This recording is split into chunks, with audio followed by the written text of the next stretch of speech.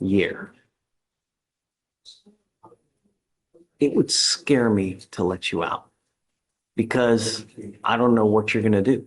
The last thing I want is for me to let you out and you leave just a path of destruction like the Tasmanian. I mean, Sean, on bond for DWI with us, and you've now picked up an aggravated assault with family. You might dismiss Drake Osby. What happened in the ag assault, please? Yes, Your Honor. On April 1st, 2020, as first specified, the plaintiffs and the defendant are exes from a prior dating relationship. On April 1st, 2025, an officer was dispatched to an address in Houston County, Texas, responsible for disturbance call. The complainant stated there was a verbal altercation when the defendant took the complainant's cell phone. The defendant then entered the bedroom and began striking the phone and objects to break it. The complainant was able to retrieve his cell phone, at which time the defendant began to strike the complainant in the head and torso with a close fist, causing him to fall on the ground. The complainant was able to walk away, and the defendant grabbed a metal object and struck the complainant in the head and arm, causing 2 lacerations on his left eye and a laceration on his right eye, and multiple scratches on both arms. The defendant then jumped the fence and fled the scene. The object was a solid metal bracket, 12 to 16 inches in width, made of heavy gauge steel designed to hold 2 cylindrical metal tubes and has multiple sharp forms. The item is manufactured for law enforcement officers. Over a phone. That's how it started. But by the end, we're talking about a man on the ground, bleeding from his face and arms after being hit with a law enforcement grade metal bracket. This isn't just a bad breakup, this is felony level violence, and Judge Boyd doesn't hesitate. Bond revoked. The message is clear: if you escalate like this, you're not walking free, period. Used as a mounting or deployment device for entire deflation. And all this over a phone? Mr. Drake Osby, I now have to revoke your bond in our case as well. I'm sorry. So I'm going to set it at 5,001. You've still not made bond on the felony case. So if you do, I mean, we can talk, but John, I think he's set for when? She's set for 514, Your Honor. Yes, sir. Okay. Do you want to do, I guess, the day after then? You look at one other thing, Judge. Well, I think the felony is actually set for Monday.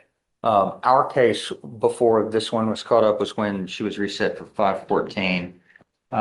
It's up to, I'm good with whatever you want to. I'm actually looking, I don't have any new discovery to look over because this case is so new.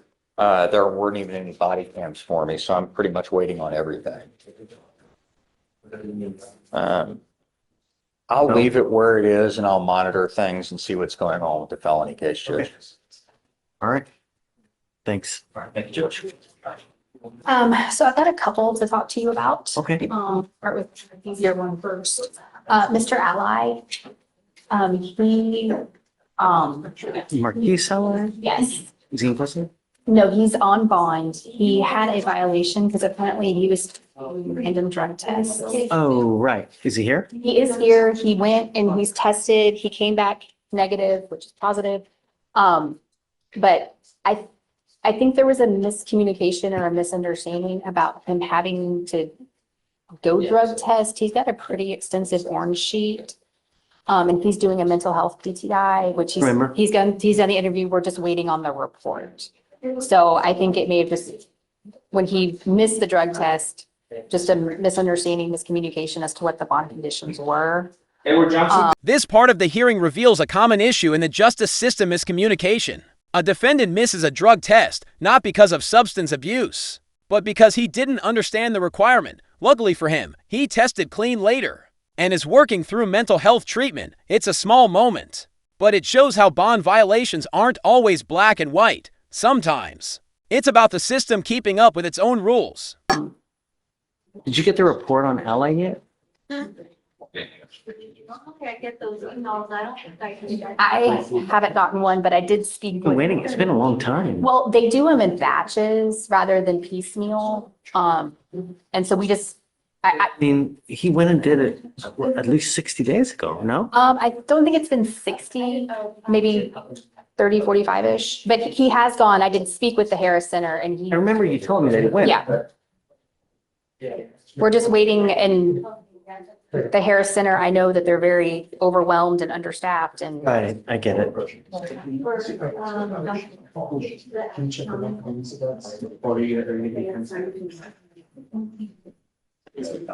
do you want to do?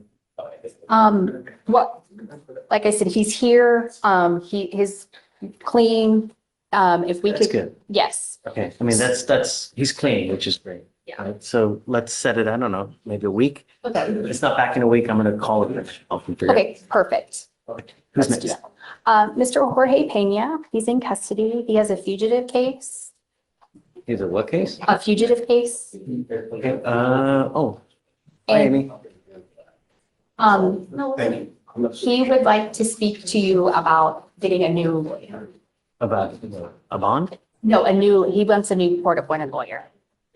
And Do you mind bringing out Jorge Pena, please? Pena, please. I don't want to presume to speak for the court, Is it but upset with you? I find that really hard to believe, really. Judge, And you go to bat, so I don't get it, right? this is the first time. He in- thinks he can get a different result. Is it just because of the fugitive case? So he has a fugitive case and a local case, which makes it a little more complicated. He's made bond on the local case, which Yeah. is good. So the 15 days. Did he waive or did he refuse? Okay. He looks young. Huh? Rick, did you find something? Oh, Judge, I don't have the website, Judge. If you can pass that along, I'll try. You what? I don't have the website. You are, okay. Judge, Let me just make sure. the local system says it won't work. Say it again? The local system said that it will not work, within 48 hours of them being placed into U.S. custody. I'm not sure if it has been in the last 48 hours that she's been detained by ICE. You want, hey, it looks like I've got the boyfriend here. Do you want me to get the phone number for this person and I'll give it to you, Rick? You talked to him? Or have you already talked to I've him? been talking to him, Judge. I do have it. And what's he saying? He says that tells me that ICE has her. ICE has I it. don't have any, yes, I don't have verification of it. Okay, so why don't we do Apparently- this? Because state is saying that within 48 hours of them taking, they can't verify it. I guess it takes a bit to hit the system, you know? Oh, I see. And- Boyd hits a legal snag here immigration status. A defendant allegedly detained by ICE can't be verified because the federal locator system needs 48 hours to update. It's a red tape nightmare. Without proof of custody, Judge Boyd's hands are tied, and he's forced to consider revoking bond. The lesson: if you're caught between agencies, the system will protect itself first, not you. Mhm. When did they allegedly get her? Yesterday, it showed that she was out on bond, but she didn't appear yesterday. So apparently, Judge, if you'd maybe like, a I can couple of days contact- before.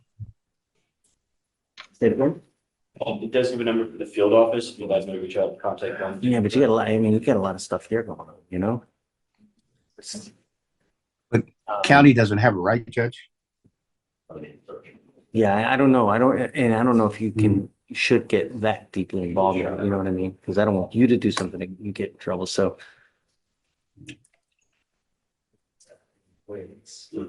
The hold was lifted 3/16. Rick, Okay, Judge. so that's been 3/16. 2 weeks. Wow.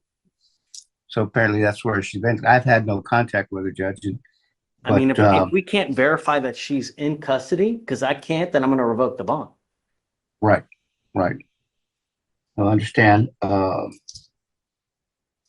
So I guess, Maybe- do you want to see if the guy that's here can provide proof that she's in other than his word? Right.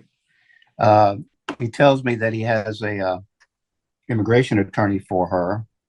So let me speak to him, Judge. I'll talk to him and then I'll get back with you. He has like a folder with a bunch of stuff. Do you have his phone number? Yes, I do, Judge. Okay. Do you speak English? Yeah, I speak English. Okay, so her lawyer is going to call you now. We need proof that she's actually in immigration custody. Number and everything, and forced it and everything. She has court Monday. Doing my immigration, we're immigration lawyer, I was sponsor her and everything. Okay, so go out there, speak to the lawyer to see what kind of proof that you can bring us and let us know. And Okay, yeah, I got all the paperwork you need, okay. talk to, he's gonna call you now. Okay. Okay, Will do, Judge. Thanks. thanks, Rick. Hey, after this, I'll hit you up. Pena. Yeah.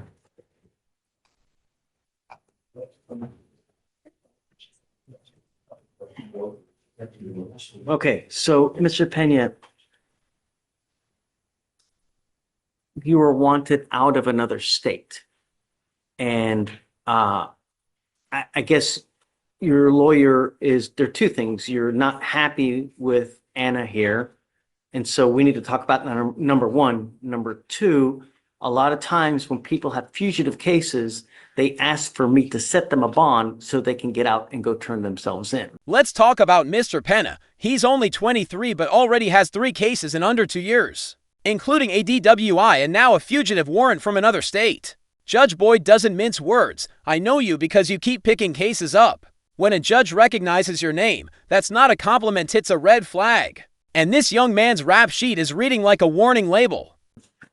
I don't know. I don't know why you're wanted out of the other state. All I know is that I now, and within the last, year and a half, you've picked up 2 other cases with me in this court. So I know you because you keep picking cases up. So I don't care if you have Jesus here. It don't matter who you got, where she's as that good, right? I don't know if I'm going to give you a bond because all I know is you keep picking cases up. And you're only 23. So Amy, tell me about Mr. Penn. Yes, he's born out of Newton County, Indiana, corrupt business influence, forgery, fraud, and identity deception. This was issued May 14th of 2024. He of course has local cases for DWI, 415. Let me see what else. What's he wanted for? What was the first part? Corrupt business influence, forgery, fraud, and then identity deception. Corrupt business influence, forgery, and fraud. Do we know that they want him? Yes. Okay. Is there a bond that's been set? Forgery, fraud, identity deception, and a charge called corrupt business influence. That's essentially organized crime. These aren't petty offenses. Indiana doesn't just want him, they want him badly. And guess what? No bond is set over there either. This isn't just a state hopper, it's someone staring down federal level trouble. You can feel the tension rising as Judge Boyd weighs the risk. I don't have any information about bonds. Also, day is coming up in 5 minutes if we're discussing bond. Okay. So tell me, what's going on? Mr. Pena, I don't want to get too far into attorney-client Sure. communication. He would like to ask for a new appointed lawyer. Why? Well, me and her had a conversation. Like, there's nothing against her, but we just had a conversation, and I didn't think that She's fighting for you? you could She's say- one of the biggest junkyard dogs that we have here. There's no one that fights more than she does. No, She's better than most attorneys I even see here. I'm telling you, she's amazing. No, I believe you. You could be saying the truth, but I am saying the truth. no. I know you. I believe me. And just off the fact, the case, the other price case that you did bring up, I haven't had. It was a year and a half already, and it's only been for my for protection. Like my other cases, I'm not no bad dude that robbery or they're all gun charges, and that's just on the behalf of the landscaping business that I got. That every time when I'm in the backyard or so, somehow they're always trying to steal the back of the trailer. That's the only reason, and the only cases that I got. I don't got no evading arrest, no like robbery or what, however you. I don't know, but we have another prosecutor that's coming up to speak about this as well. I'm not going to give you another lawyer. This is a lawyer that we've given you. We only have a couple lawyers who do these types of cases regardless. Now comes the courtroom drama twist. Pena wants a new lawyer, but Judge Boyd shuts that down hard. He reminds him that Anna, the lawyer already assigned, is one of the toughest defenders in the room. It's not about preferences, it's about legal firepower, and honestly, Trying to swap out a pit bull for someone more familiar doesn't play well when you're wanted across state lines. So, The only thing I was gonna, I'm sorry, I didn't mean to cut you. Okay. The only one I was gonna ask you was I was trying to get the lawyer that fought for the 2 gun charges. I don't know, Mr. Some with, I just forgot. I think he's an Italian dude. those cases you had, They have the same guy. And I really thought it was him right here. oh, it is Greg. I know why you look familiar. Yeah. Yeah, Greg, you represented Mr. Pena on both of his prior cases. Oh, yeah. Yeah. Oh, man. That's why when I looked at it, I was like, So look, the only way you can have Greg is you can hire him. Otherwise, you got Anna. Okay? oh, yeah, he's getting, oh, now he charges Hire that. him. Look at I always charge. I don't know what you're thinking. All right, we're gonna put you back because we're waiting on another lawyer to come up here. Let me go back and talk. Yeah, for I'll sure. charge you. Good morning, or good afternoon, whatever it is. What happened, Dave? Are you upset Too with? late, Judge. I didn't, I missed that you set a $5,000 bond on Anna's other client. Look, I didn't see very much violent history. I saw that this is yes, but it's been 5 years since he's gotten in trouble. Did you have something to add? I'm all ears. Well, I let Amy prepare it, so I'm gonna just let sleeping dogs lie. I just, yeah. I didn't see much violent history. I saw DWI, I saw an evading, but those back in 15 and 16, you know, It was well, I mean, it's already done, so it's, at this point, do you have something that's truly aggravating that would give cause for concern? well, I know the facts of this case, right? well, the argument I would have leaned more towards is not the, necessarily the physical danger, but it's the flight risk of it and the aggravating circumstances of what he's wanting. This moment's all about risk. The state argues Pena might flee, and Judge Boyd agrees. With multiple charges, no reliable address, and past failures to appear, he's a flight risk wrapped in charm. The judge even jokes, if you run, can't. Run forever will get you eventually. That's the kind of line you only hear from a judge who's seen it all. But, Hey. yeah. If you run, can't run forever. We'll get you eventually, number one. And the worst part about the case I saw, gets out of the car, puts her in a full Nelson. I didn't have anything more than that, there's no blood, there's no, the history was, It was more flight risk and the fact that one of the conditions, well, if we're talking about the warrant. It was a 2B. It was a 2B, and one of the conditions they asked was no contact, was my understanding. The complainant's in the gallery. But she came on her own accord. Well, I understand, but it's the same as domestics here, I understand that they're obviously willing complainants or recanting, but in the domestic part of things. But if it's a 2B, he hasn't been ordered by the court. So he doesn't know, No, I know, and he's not on notice. No, my argument wasn't he wasn't violating any bond conditions. That's not what I'm saying. What I am saying is if one of the concerns, right, is that they would go out of their way to put it in the teletype and to the warrant to us that it is a concern that they have contact, is one of the things that would facilitate and ensure the no contact instead of him being free and odds cash in my pocket says, Yes. right, but cash in my pocket. And it's gonna let him know, so that he now knows. But anyway, all that said is it's already done, so I'll move to the next. Okay, Mr. Pena, thank you for moving that over. He would like to ask the court for a fugitive bond. I told him it was a long shot, but I was not going to presume to speak for the court. Let me bring someone out. Pena, please. Hey, Vic, do you want to go through the list? Or no? You're not ready? No, you weren't here yesterday. That's true. That's true. I'm also wildly sleep deprived. It wasn't too bad last night. It was a steady flow. It wasn't too bad. So tired. Yeah. It's good fun.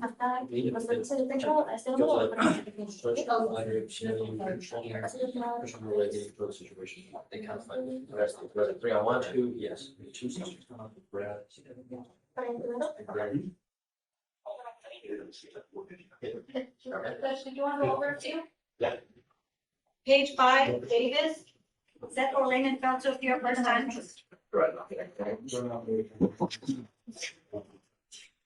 Uh, 2501. Right, page 7, Estrada. 5001 on the DWI. Ready for the next one? No, give me 1 second. Let me finish the bail order.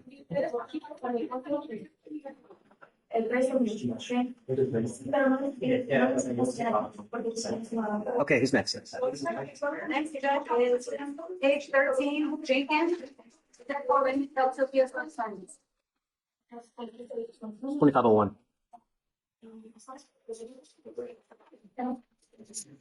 Okay. I'm not happy with you, and the thing is that, Mr. Pena.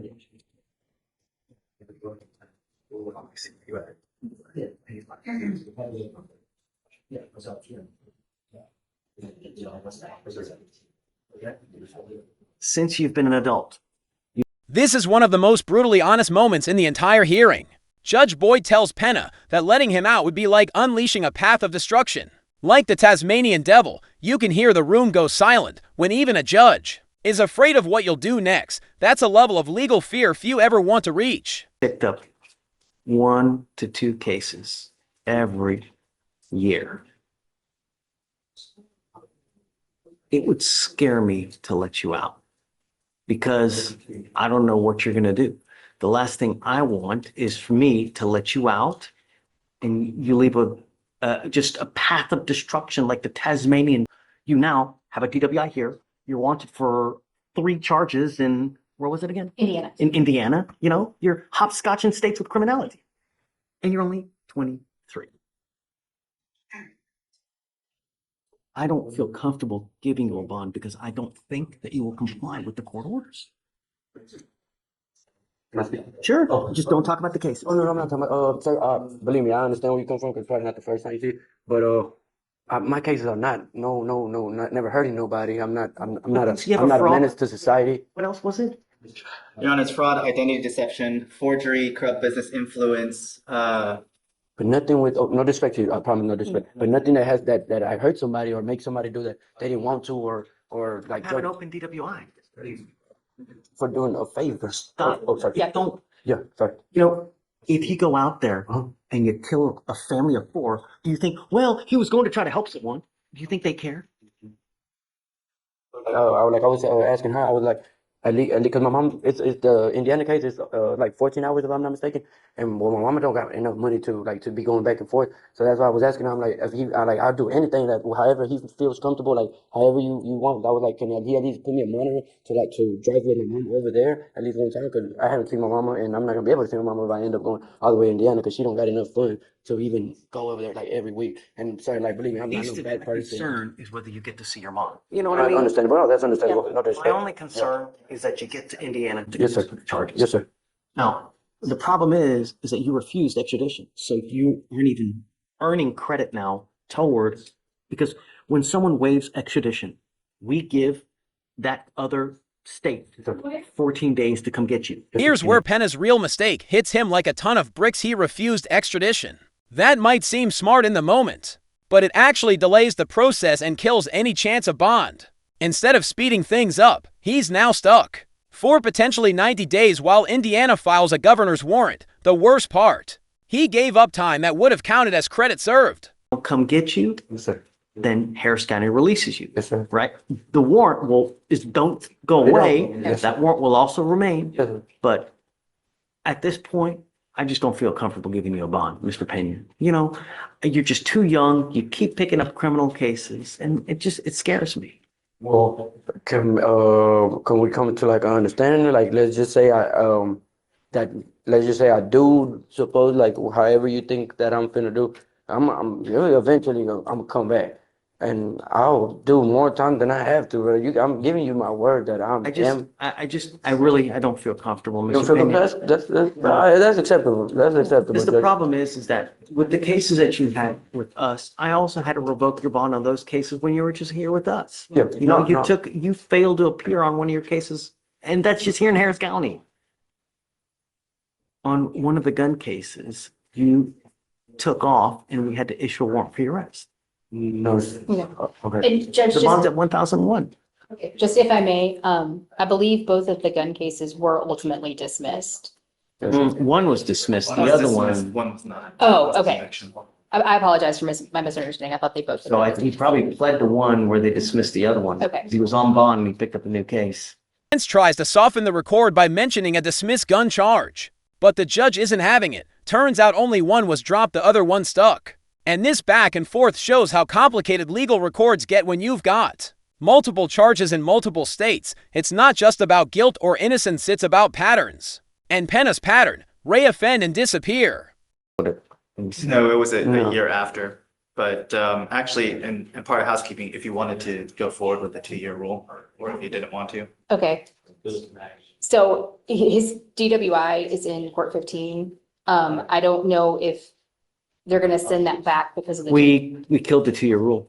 Oh, Didn't know that. Okay. Yeah, it Okay. like, what was it, like a month ago or so? oh, Yeah, so there's no That's why more. it's okay. I thought it Okay. It's still like all fresh and new. We have to update the court rules, but as far as okay, the 2-year rules now gone. was- Okay. okay, Yeah, because the problem is that judges would get too, you'd end up seeing the same people over and over. And then is it really fair because you end up, right? You that makes start sense. developing a relationship and you start treating them differently as you would. Right. So that's why. So now you refused. I'm not going to give you a bond. Point. Judge Boyd lays out the options: either waive extradition and wait 14 days for Indiana to come get you, or refuse and wait 90 days for a governor's warrant. There's no in between. And with a revoked bond, no new lawyer, and a stack of fraud charges, this defendant just learned that buying time in court often costs more than it's worth. So you have two options. You can, if you want to continue to refuse, they will go get a governor's warrant from Indiana to forcing Indiana to come get you, but that will take 90 days. If you want to waive now, you can waive now, and that'll give them 14 days to come get you. I'll let you talk with Anna to make the decision to let you know what you want to do. And he did sign the waiver, just, Oh, okay, all right. so. Got it. Time started yesterday. I just started. Right now, So they'll have. the time that you waive, they'll have- which is right now. Yeah, I had signed the paper yesterday, if I'm not mistaken. I sure did. Cause she said it starts at 12, that day that I signed my paper. Okay. It's up to them whether they want to. Oh, I'm sorry. Yeah, at No, it first, shows a refusal. it was I had signed for the 90 days, and she said tomorrow you got an option or to tell your lawyer that you could change your mind tomorrow. Okay. And then I was like, when did the day start? She's like, tonight at 12. Refusal. Yeah, so they'll have until the 18th. Oh, no, it's okay. Yeah. It's okay, man. No, you can Yeah. worry about it. I appreciate you. You're Okay. doing your job. Appreciate it. Okay. Appreciate Okay. it. Thank you, Judge. Thank you. Appreciate you, Judge. Okay. And take care. Good morning, Ms. Hodge. Ma'am, you're charged with resisting arrest or search. You're facing up to a year in jail and or a $4,000 fine. We are going to do probable cause. You have the right to remain silent. Anything you say can and will be used against you. You have the right to have an attorney present. If you cannot afford one, one will be appointed to you. Okay.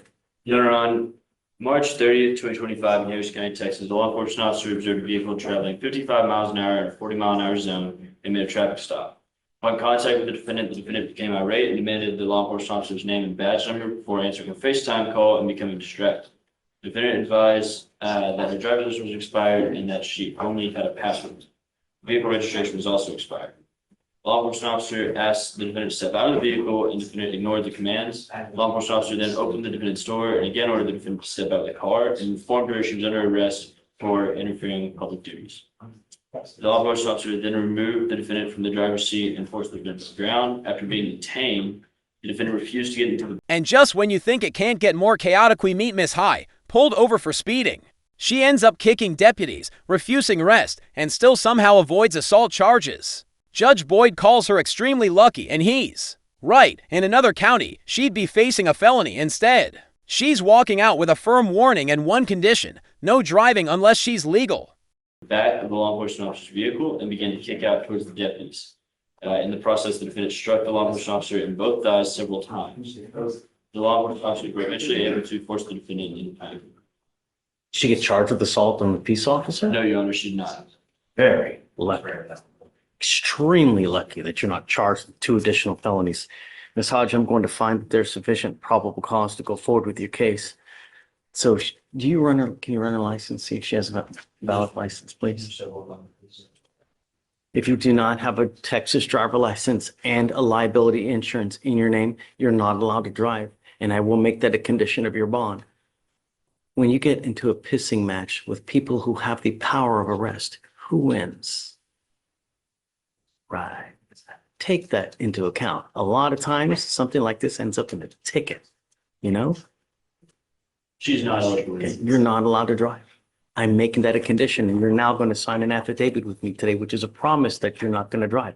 I don't care what's going on in your life. There's no justification you can give for driving. I don't care if there's a burning building and you have to save 50 people. Do not drive. If you want to drive, go get a license, get insurance, and I'll happily take this restriction off. That's the only condition I'm placing on you now. Don't drive unless you have those, and then you get approval from us. Judge Boyd's final message to High is crystal clear. This court doesn't care about your excuses. No license, no insurance, then don't drive, even if it's to save 50 people from a burning building. It's a brutal but necessary reality. Check, and the warning, if she goes her lawyer, there's a warrant waiting with her name on it. Have a lawyer, Ms. Hodge, I will waive your appearance. Meaning you don't have to waste your time coming to court, but you must stay in touch with Ms. Barnes. She'll tell you if and when you have to come back to court. If she tells me she cannot get a hold of you because you're playing games, you're not responding to phone calls or text messages, I will issue a warrant for your arrest as well. Okay, so I'll have you come up here, swear to us that you're not going to drive, and after that, you guys are out of here. In this courtroom, no excuse flies, from aggravated assaults with metal brackets, to fraud across state lines, to full-on resistance during a speeding stop. Judge Boyd doesn't just rule, he educates. These aren't just legal proceedings. They're cautionary tales, so here's the takeaway. If you're lucky enough to get bond, don't blow it. If you're in legal trouble, don't run. And if you're in Judge Boyd's courtroom, be ready for the truth. If you found this case as shocking as we did, make sure to hit that like button. Share your thoughts in the comments. And don't forget to subscribe for more jaw-dropping courtroom breakdowns every week.